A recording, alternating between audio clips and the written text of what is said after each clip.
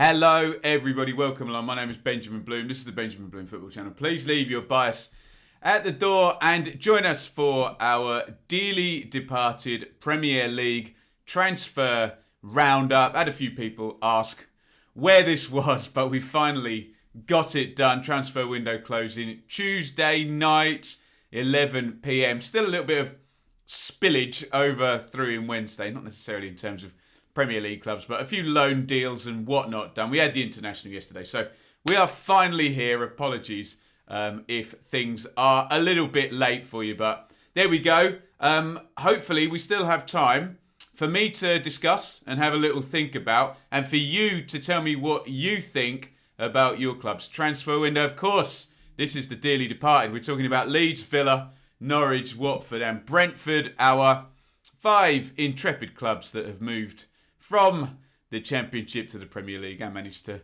stay there on my watch since I've been doing this, talking about football stuff on the internet, which I couldn't do without J Coyle and our fan sponsors.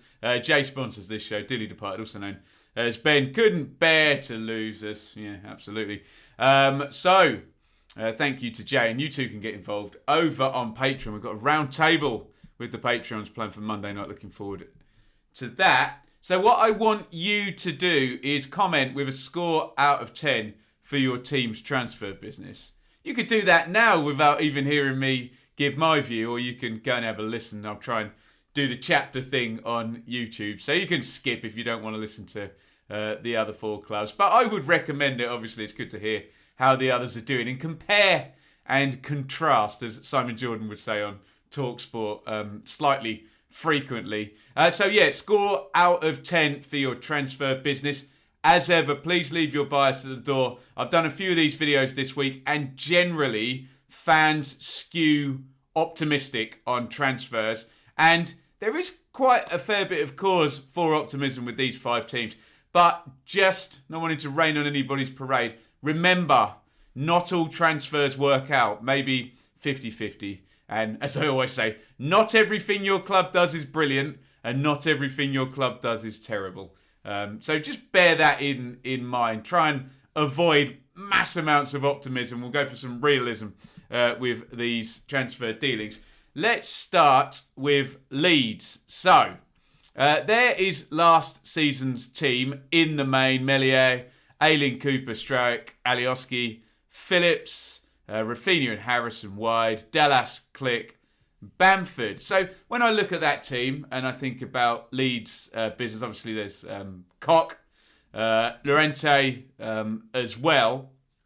When I think about Leeds, you're kind of thinking, okay, they haven't had a left back really since Bielsa has been there.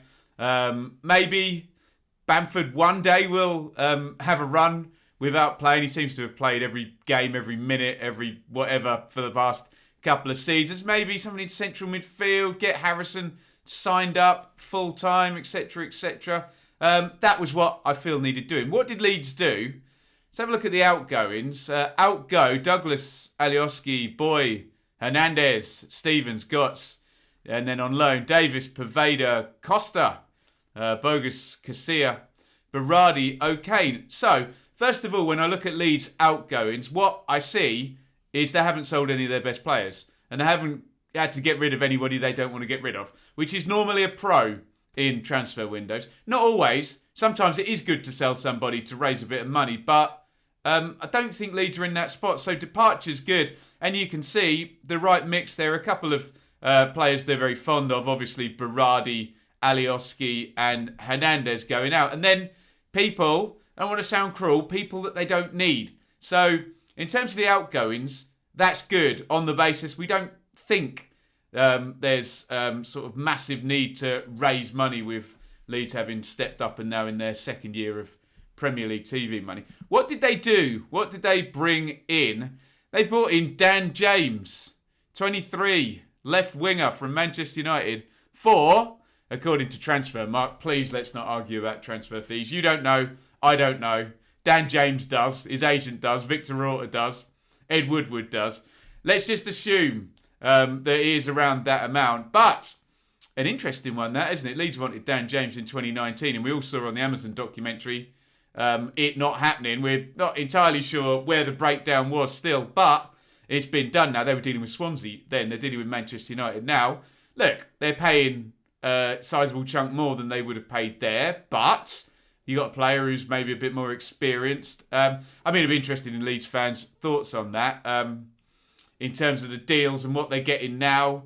Obviously, Bielsa is still very, very keen on the player who's one of the quickest players I think I've ever seen play. I mean, maybe I was a little bit fooled because I remember when I was going to Swansea, I was sat on the touchline as well and watching this guy zooming up and down right in front of me. But no doubt, a super, super speedy winger. Like I say, 23 years old and they've wanted him in the past. So, fits what they want to do. And in terms of their wide options, well, maybe we'll judge those in a sec because there's another couple of transfers. So, Dan James, 1. Junior Firpo, we think for 13.5 million. Look, Leeds have needed a left-back for the longest time. That makes sense. In he comes, age 24. So you can see the profile of age we're getting. Jack Harrison in full-time as well. That makes all the sense in the world. And look, it's a £12 million fee, but look at what they've already had out of Jack Harrison in terms of 3 seasons. And then that brings us to the wide options now with, you can see last season using Rafinha, Harrison. They've felt that they can let go Poveda and Costa in terms of those wide positions. Now that they've got Dan James in there as well. So, seemingly pretty well stocked. Christopher Klassen comes in. Obviously, Cassilla's gone out, so reserve keeper type business there. What I like about Leeds' business is how focused it is. And we've seen a lot of clubs, and we're going to see through this video as well. Clubs kind of buy a couple of players for this amount of money when maybe a really focused one player for that amount of money is the way forward. Look, that's obviously the right thing for Leeds because Bielsa likes a small squad and he's very focused on what they're doing. So, in terms of looking at this window, I like it. I still think we're going to see more from Koch and Llorente as the season comes on. I don't know whether you're going to end up with Cooper and Strauick at centre-backs there. They've solved the left-back issue. They've signed Harrison up full-time. Maybe, I know they've got Rodrigo, who we haven't mentioned in this video yet in terms of central areas. Maybe next window it might be a central midfielder. Obviously, Click and Dallas have stepped up. Could they do with a bit of extra assistance in there? Have they sold any of their best players? No. Phillips is the big name who people would really probably want to take for them, and Rafinha. So, all in all, I don't really see, given that Leeds seem to have improved a team that already finished 9th and signed up loanees that they already had, moved out some players without selling any of the best ones. I don't really see how you can consider this other than a positive window, really, for Leeds. Let me know your score out of 10, whether you wanted more, whether you wanted less in terms of dealings. But let me know about figures and, would you have wanted to pay that amount for Dan James? I don't know. I can only really see it as a positive window for Leeds. And the only thing that may come back and bite me, and this is not really to do with the window, is that the bar's set high. So I think we do need to consider the fact that Leeds could improve their team. And Gary Neville got sneered at by Jamie Carragher for saying this. Leeds could improve their team and finish lower in the league where they did last season because they set the bar so high at 9th. So I think the growth in the club looks good and I think it's a positive window. Give me a score out of 10 for this Leeds business. And we will move on to Aston Villa. And obviously, we know the big story here. And when we talk about pros and cons, generally it's a con to sell your best player rather than a pro. You have to then take what should be a con and turn it into a pro. We've seen clubs do that before. We're going to talk about Norwich and Brentford in a bit, who've both sold big players and turned what could and maybe should be a con into a pro. Will Villa fans come away from this window thinking that this potential con has been turned into a pro? There's the team from last season. Martinez, Cash, Mings, Konza, Target. First of all, back 4, back 5, massively sorted and maybe just depth needed. Louise, McGinn, Traore, Barkley, Grealish, Watkins. So, the massive elephant in the room is Grealish. And can you turn the con of selling your best player into a load of money into the club and your squad actually being better than it was because you've invested the money well? That will be the hope for Villa, and we'll get the Villa fans' feelings, anyone's feelings, on whether they've managed to do that. So, look, let's look at these outgoings then. Grealish, obviously, 100 million quid up there. Ali Samata, not even very familiar with him, to be honest. Bjorn Engels, Tom Heaton out on a free, Conor Hourihane on a loan. Wesley, that's a bit of a bust, isn't it? Guibert as well, Neil Taylor, El Mohammadi. So, other than Grealish, they've not sold anybody that they probably particularly wanted to keep. And they've still cashed another sort of 8 million on top of the 100 million. Feels like I want to do that when I say that. 100 million pounds that they've got in for Grealish. So, how have they reinvested the money? Are they in a net gain? Emi Buendia, who I like very much, 24 years old, 34 million. Leon Bailey, haven't seen him yet in the Premier League, 28 million, 23 years old. So, 2 young players there for decent fees, sort of a third of the Grealish money. And the final third goes to Danny Ings, or goes, not to Danny Ings, I'm sure he'd love all that money to go to him, but to Southampton for Danny Ings, who's already scored a couple of goals, hasn't he, including that lovely sort of overhead kick effort. Who was that against? Newcastle? I'm trying to remember who Villa played. Ashley Young on a free, returning to Villa, some experience there. Actually played central midfield, didn't he, the other day? Incredible. Or did he play left back? It's coming up left back up there. Tuan Zabi, who they had on loan in the Championship, didn't they? So he is well known to them. Let me know your thoughts then, because it seems to be one question. Are they in a net positive or a net deficit with Grealish gone and the 3 players coming in? Buendia has already scored. Ings has already scored a couple. The usage of Watkins, obviously they do have to replace Barkley in terms of that loan position, although some Villa fans will actually say, well, no, we didn't really have to replace him because he didn't do a lot in the second half of last season. Yet to see Bailey, but Christian Perslow in that video after Grealish had gone said, maybe you get the sort of speed and directness from Bailey, you get the craft and the creativity from Buendia, and you get the goals from Ings. So, I think, at worst, you could argue Villa are as good as they were without Grealish. And 3 heads are better than 1.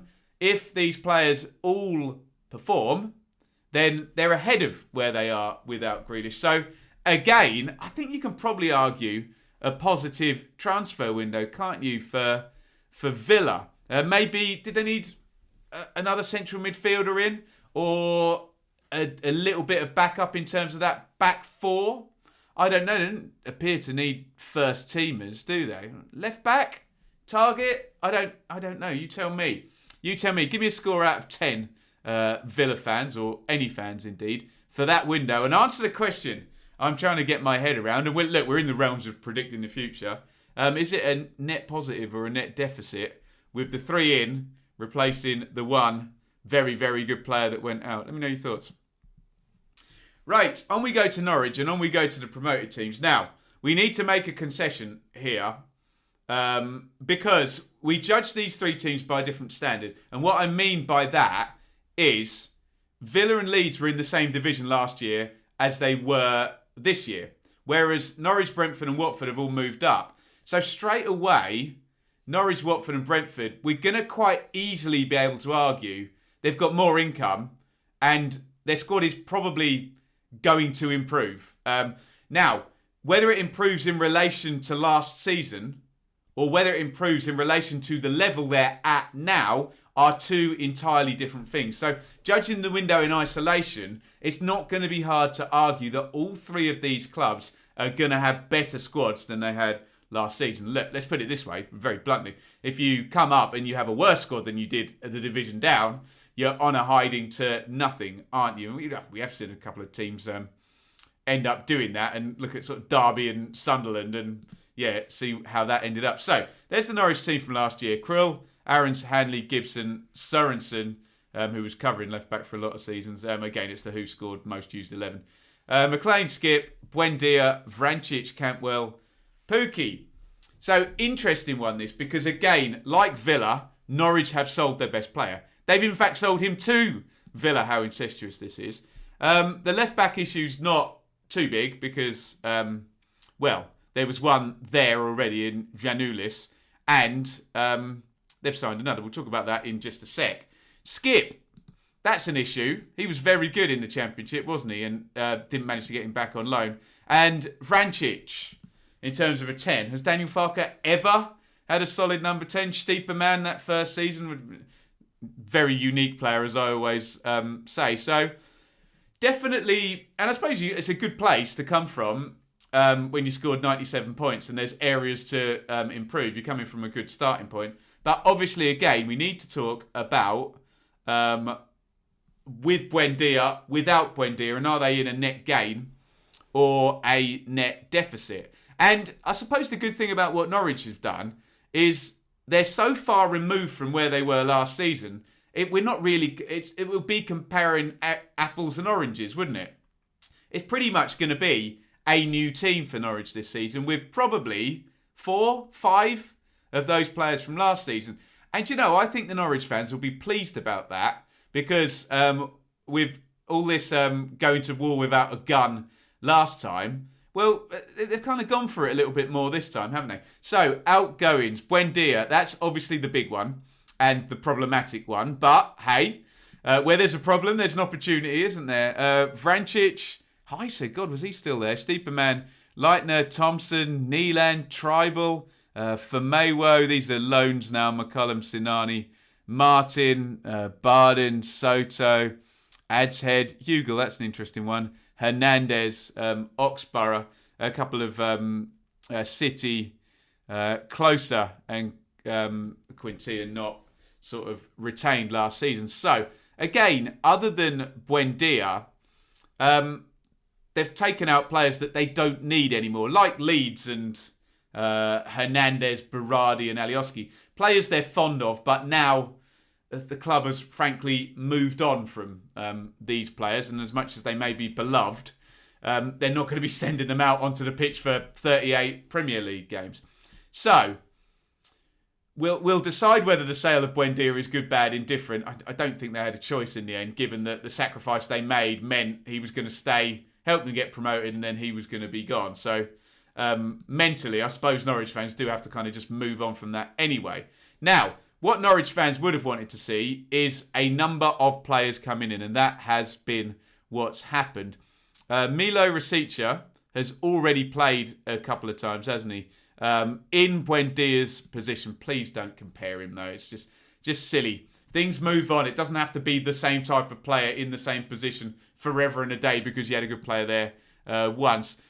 Solis, that's an interesting one, isn't it? Aged 19 and 10 million quid-ish. Again, let's not argue about transfer fees. I don't know, you don't know. Undisclosed. Sargent, a young striker. Again, fairly big fee there. Then Gibson and Janulis. And look, that's treading water. That's just balancing the books properly and not being in danger of any Championship FFP issues. So they were going to be done anyway for sort of 13, 14 million. Then Lys Melu, who's already started a few games and has experience at the top level, unlike a lot of this Norwich squad, or more experience at the top level than, let's just say, Gunn as well. And I think these are the ones that tip it over the top into positivity. These two here, Kabak and Norman. I think if the window had closed and those two guys hadn't have come in, I think Norwich fans would have been a little bit, we're short. But with those two in, I think it solves some problems there, particularly with how I saw Leicester City running through the centre of the Norwich midfield. Certainly a defensive midfielder was needed there. Gilmore was already there, wasn't he? He's come in on loan as sort of a playmaker. And Brandon Williams as well, a left-back in from Manchester. I think he played either side. So, here's the question now. Norwich have gone for a slightly different profile than, say, Leeds, where Leeds have gone for fewer players, but a little bit more expensive. That doesn't mean better. It just means more expensive. And try to just fill up key positions. Whereas Norwich, it really is. I mean, look at these players that have come in. I think Rasica will play a lot. Gibson will obviously play. Janulis will play because they've been there already. Lismelu looks like he's going to play as well. Norman, I think, is going to play. And then we're into too many possible players for me to say they're all going to play. But you think if you take players on loan from Chelsea and Manchester United, are there minutes agreed necessarily? Who knows? Again, I haven't read the contract. Neither of you probably. So we're in the realms of speculation there. I don't think it's hard to argue that the squad for Norwich is stronger than it was last season. Again, it's a promoted team. That makes all the sense in the world.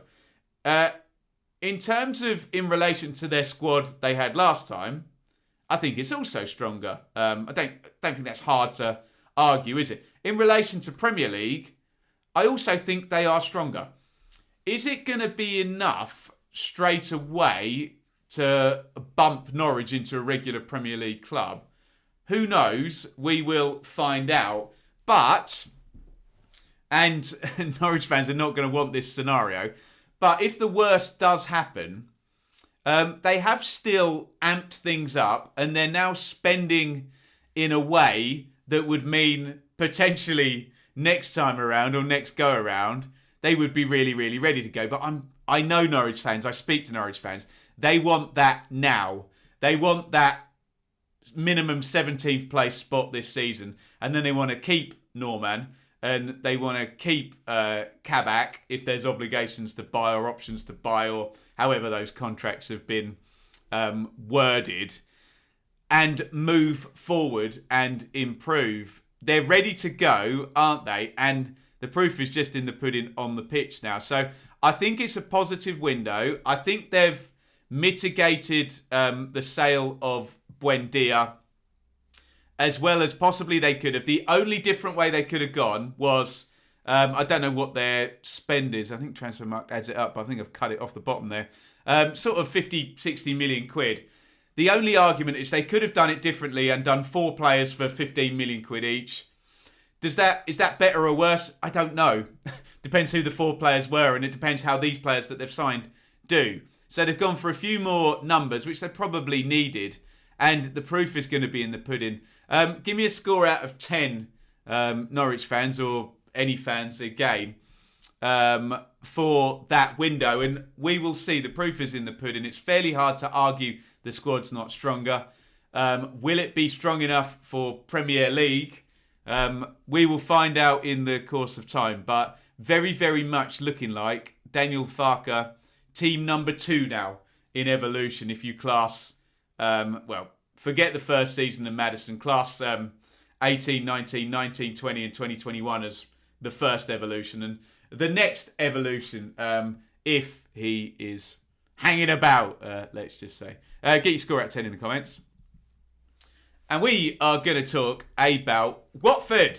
Watford moving up in 2nd position in the Championship last season. And Watford have done things differently to Norwich in the past, but we can make a pretty direct comparison in respect to the fact that they were relegated 19-20 and promoted 2021. We do need to say, in a different financial position, because obviously Watford would have had more liabilities to cut, having been in the Premier League for longer than Norwich, who, in the words of their sporting director, went to war without a gun. So Watford would have had to do more jiggery-pokery in terms of balancing books last season than Norwich did. But we can make a reasonable comparison. There's the team that pretty much got Watford up again. Most used 11 from who scored. There won't be every player in there. Backman, Firmino, Ekong, Sierralta, Messina. Very solid at the back. Cleverly, Chalobah, Hughes, Sarr, João Pedro and Sema. Now, this is most interesting out of these teams because not many of the other teams have sold a couple of the players. Watford haven't sold their best player, like Aston Villa have or Norwich have, but because that would be Ismail Assar, wouldn't it? But Chalobah and Hughes out of that central midfield, which kind of speaks quite well for how well Xisco Muniz did last season, that he got up with that midfield and he's willing to sell 2 of those players. Let's see where to. You can see there Will Hughes is one of the guys I'm talking about. out to Palace. Dawson was already out at West Ham on loan. Isak's Success out to Udinese, classic. Wilmot, that's an interesting one. I spoke to a few Watford fans who would have liked to have had him hang around, but he didn't get in the team in the Championship, so maybe there's a reasonable argument for him going out. I know Stoke fans are very pleased to have him. Then, out go Lazar. That was only short term, wasn't it? Paritza was only there last season. Dini. Wow. That's really a sense of you're moving on to new things because it's a club legend, arguably there for Watford in Troy Dini. Sive Chalobah, we've mentioned. That's an interesting one in terms of the recycling there. So I can't read, it's too small there. Stuperovic, Segura, Penaranda. These are all loans out. Dahlberg. Zinkenagel's an interesting one as well because Forest fans are pleased to see him. But was he that much of a first teamer last season despite putting some numbers on? No, not really. Deli Bashiru, Pollock immediately back out on loan. We'll talk about him in a sec. Gray as well. Sanchez came in for a short time. Sinclair as well. So interesting. Gray, Dini, Cleverly, Chalobah and Hughes. So some stayed members of that squad who have been there a little while, moving on out. So interesting comparison, isn't it? Not sold their best player, but sold a few players that are entrenched in the club, been there a while, and certainly in the shape of Hughes and Chalobah, players that helped get them up last season. Who have they brought in? Now, Watford, we need to give them credit for the recruitment is always so creative, isn't it? You'll see South Americans, Italians, Eastern Europeans coming in from all different parts of the world, and a bit of a sense sometimes that they stock up and see who fits. But frankly, it works often. They do end up with saleable assets and good players, Watford, don't they? Let's see how this bunch does. Imran Louza, 22, good age, 9 million quid. Manuel Dennis, 23, good age, 3.5 million quid. Musa Sissoko, there's some experience there with two midfielders going out. Tufan as well in terms of those central midfield positions. We've already mentioned Pollock's gone straight back out on loan. Danny Rose, some experience. Fletcher's probably a bit of a gamble. King's probably a bit of a gamble, but they pick them both up for free, so whatever they get, they get. Kwando Bar will be a project, won't he? Etebo has come in and played on loan, and so has Kutska. So it's classic Watford, really, dotting around and different sort of influence for the recruitment. What I will say is there does seem to have been less of a spend in terms of actual numbers, but they have brought less money in, particularly than Norwich and Villa, who both sold star players, didn't they? So, look, pros and cons. Pros is that the Watford way brings in numbers, brings in... and they're happy to gamble, aren't they, on a player who hasn't played in the Premier League long, or someone like a Fletcher or an Etebo on loan, or Josh King, etc., and see what works out. That's a pro. The con, obviously, but this has been the way at Watford, hasn't it? Is doesn't seem to be a big focus on, right, this player's coming in and he's going to be in the team for 5 years, 10 years. That might turn out to be the case. But it always works for Watford. They are not the kings of wishful thinking, but the kings of short-term thinking. They do it very well. And without hedging my bets, when it's a pro, it's a pro. And when it works, it's a pro. And when it doesn't, it's a con. And they were up for longer than a lot of our other championship teams we've covered since coming up in 2014-15. So we'll see how they go this time. Give me your score out of 10 on Watford. The squad has improved. We'll see. We'll see how the possible sort of safety in numbers approach is going to work for Watford. But let me know and give me your score out of 10 in the comments. Finally, here are Brentford, who, when we talk about Brentford and recruitment, they were praised to the hilt for their championship recruitment, which was splendid and super and all of those words, whatever superlatives you want to use. But now things change, don't they? They're in the Premier League. Obviously, to recap, what they did well in the Championship was what everybody wants to do with their recruitment. Buy low, sell high, and then mitigate losses of quality with good replacements. They did it over and over again, but we're in a different spot now. What's very interesting to me with Brentford is they seem very well organised and succession planning and things of that nature, I wonder whether they had two different lists and whether there were players that were on the list if they didn't get promoted or the list if they did get promoted, or whether they've managed to get people who are on the list if they didn't get promoted when they did get promoted, vice versa. You know what I'm saying? Which pools are they fishing in now? What we do notice, and there's the team that got them up last season, Raya, Dalsgaard, Pinnock, Janssen, Henry, Janelt, Jensen, De Silva, Canos, Tony and Waymo. What we do notice is no star player sold.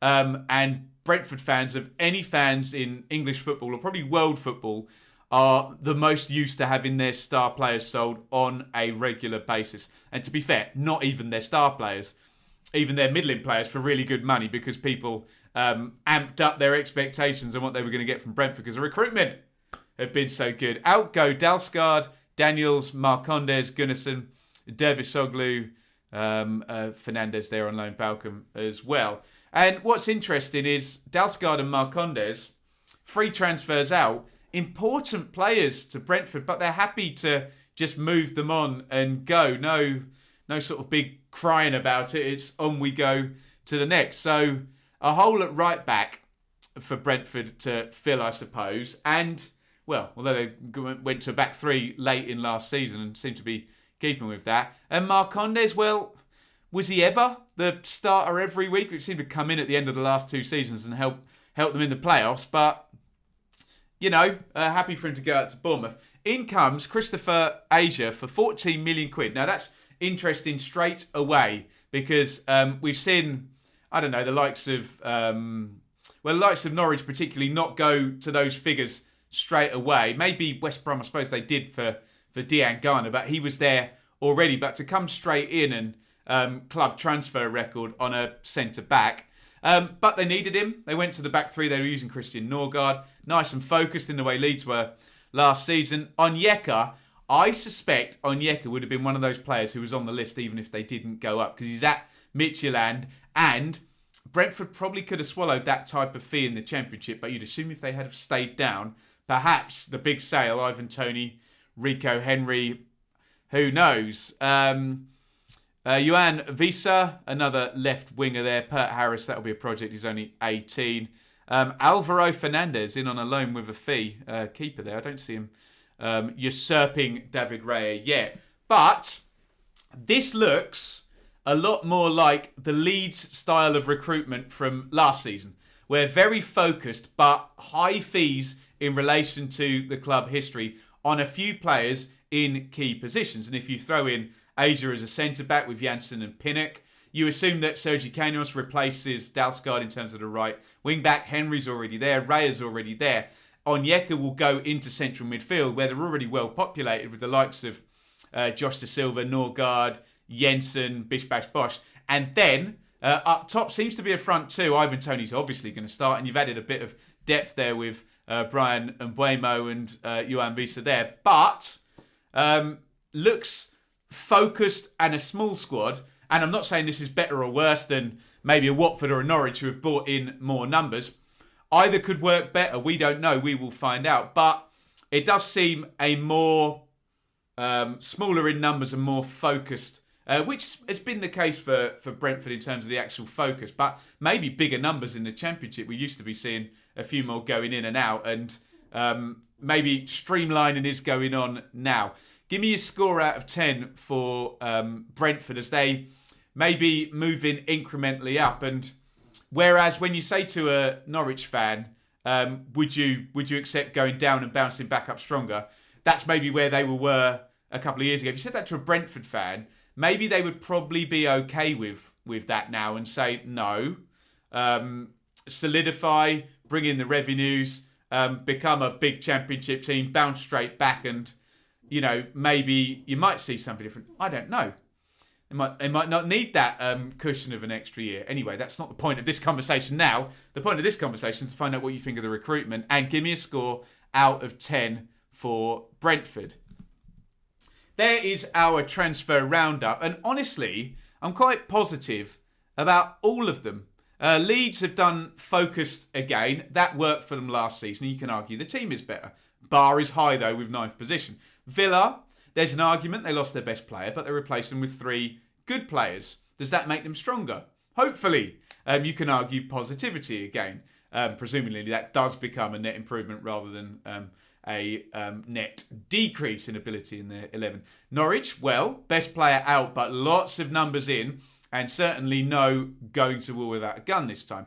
Watford, okay, a little bit of a refresh with Deeney, Gray, Cleverly, I say it again, Chalobah and Hughes. And always innovative at Watford, and someone will be a star that's come in there. Is it enough? We will find out.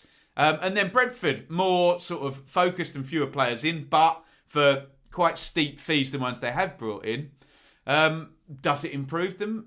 I think it probably does. No big stars going out from Brentford. So some cause maybe for positivity for all. Get your scores out of 10 in the comments. Again, I've done a lot of these and interacted with a lot of fans. Some emotional fans, some salty fans. Let me repeat. We are making predictions here. A. B. Not all transfers work out. Every transfer looks great. It's like starting a relationship with somebody. So it always looks like it makes sense at the beginning, but sometimes it doesn't always work out. So remember that, and do remember as well, don't want to sound patronising, but fans of teams do skew positive and more optimistic. If I put out a tweet saying, did your club, to all the different fans that follow me on Twitter of different clubs, did your club have a good transfer window or a bad transfer window? It would, in the main, skew very highly. Probably, I might do that actually. Probably 70, 80% would say they'd had a good window. So fans are intrinsically positive. So just do bear that in mind when you give your score out of 10. Although, I think there's arguments for all 5 being above the 6, maybe around the 7s for all 5. I'm sure we'll get some 10s and we'll get some 3s because football fans can be a little bit extreme and binary in their opinions. But let me know what you think in the comments on that. Thank you again to J. Coyle, who is our fan sponsor. Dearly departed, also known as Ben. Couldn't bear to lose us. And that is our dearly departed transfer update. Get your scores out of 10 in the comments. Get following, subscribing, follow on Twitter, Patreon, all of that good stuff. And we will see you very soon. I might take the day off tomorrow. Who knows? Probably be back with Nappers for a League One show at some point. Maybe tonight, in fact. Leave that with me. We'll definitely be back for England on Sunday night as well. And then we'll be back into our league stuff again next week. Thank you, everybody, for watching. Up the dearly departed. And it's a big over and out from me.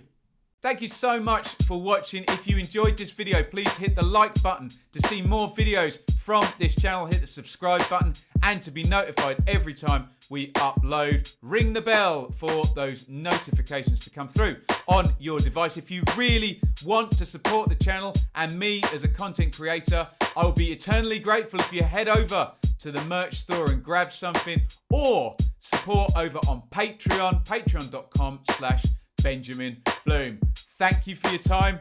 Go and watch another video.